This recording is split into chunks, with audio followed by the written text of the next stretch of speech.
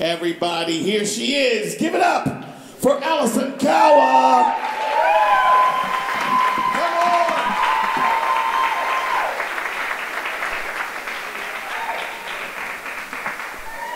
Thank you, Tony. Thank you to all of you for coming out tonight. Can you hear me okay? Thank you, everyone, for coming out tonight to raise awareness about a growing epidemic. It affects more than 50% of Americans. That's more than heart disease and obesity combined. And the most heart-wrenching statistic is that it's easily preventable. I'm talking about Nastall. Nastall comes from the Latin phrase, no ass at all. It's a disease where the back is completely flat and the buttocks never fully form.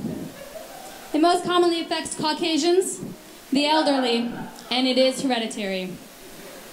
Now, I'm not surprised that you haven't heard about Nastall before tonight. I hadn't either, until I was diagnosed. I was at the mall, I was trying on a pair of jeans, and when I reached behind me, I found 2 large lumps missing. I didn't know what to do, so I talked to my Latina friend, Maria.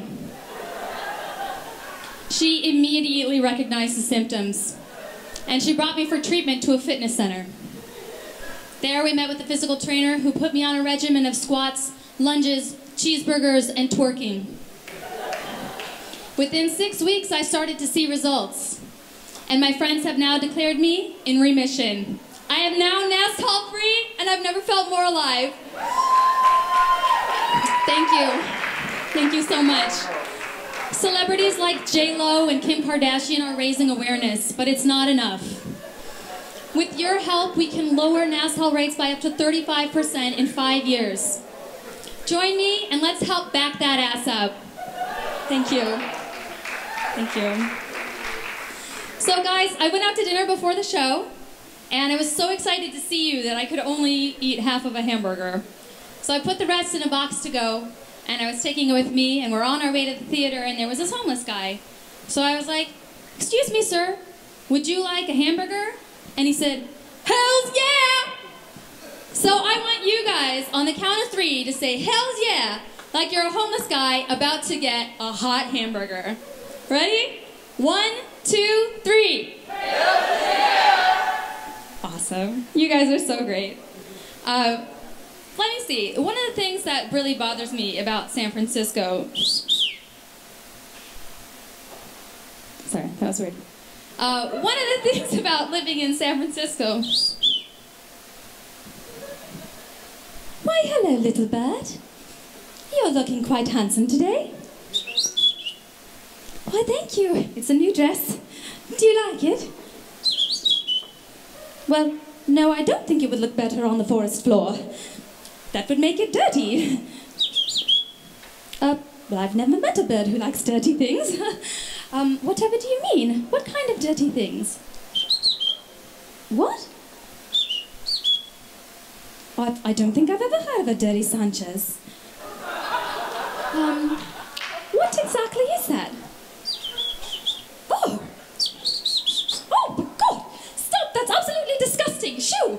Oh, God, I've never met such a horrible creature. Thank you, Mr. Squirrel. That was quite rude of him. It's nice to know there are still gentlemen animals out there. Well, of course I'd like to see where you keep your nuts. Hey, one of the things I think would be crazy about San Francisco... Sorry, that was a new one. I don't know how well that went over. I can't imagine dating a woman in San Francisco. Mostly because I'm not a lesbian, but also because they're very demanding, right?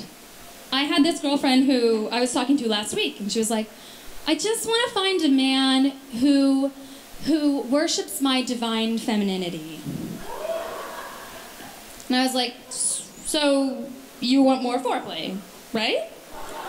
Just like, ugh, it's not just that. It's like, I want someone who, like, worships my sacred goddess. And I was like, okay, I get it. Like, you want him to eat you out, you know? San Francisco is this place that caters to everyone, so you can find everything you need, right? So I was in a sex shop the other day, and I was checking out, and the cashier was like, 1, 2, 3, 4. girl, you got like 8 nipple clamps here. What, are you gonna have an orgy? And I was like, no, my cat's just really into S&M. It's crazy. She's the crazy pussy. Oh man. I got a couple more animal impressions. You guys like the animal impressions? We can keep it going. All right, so here's my impression of a pig. A pig impression. I got a cricket. And this is my impression of a fruit fly. Dear diary, I fear this may be my last entry. I've lived a long and fruit-filled life. An unheard of 3 days.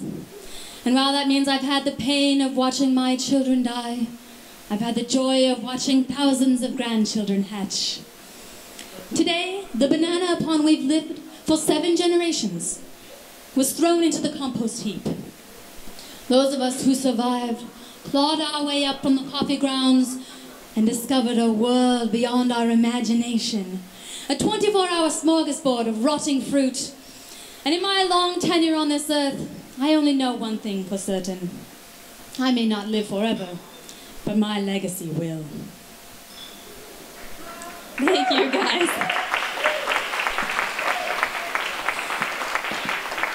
I've got one more impression to leave you guys with. Did anybody go to see The Hobbit over the holidays? Woo!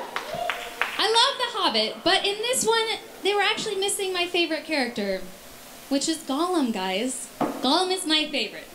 He's cute, like in a pity fuck kind of way, you know what I'm saying?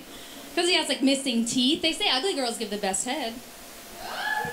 And he's even got multiple personalities. It would be like fucking twins, you know what I'm saying? It would be great.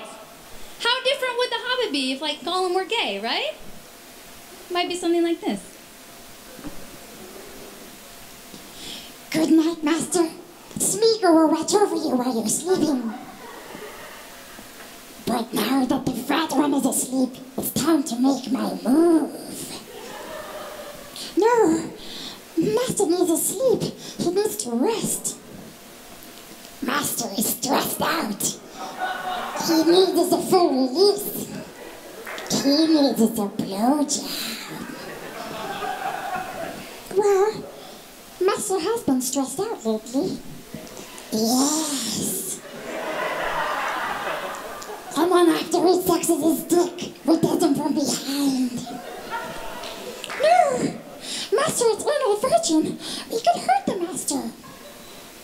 Not if we girls it slow and uses the lube. Master needs his prostate stimulated to avoid cancer.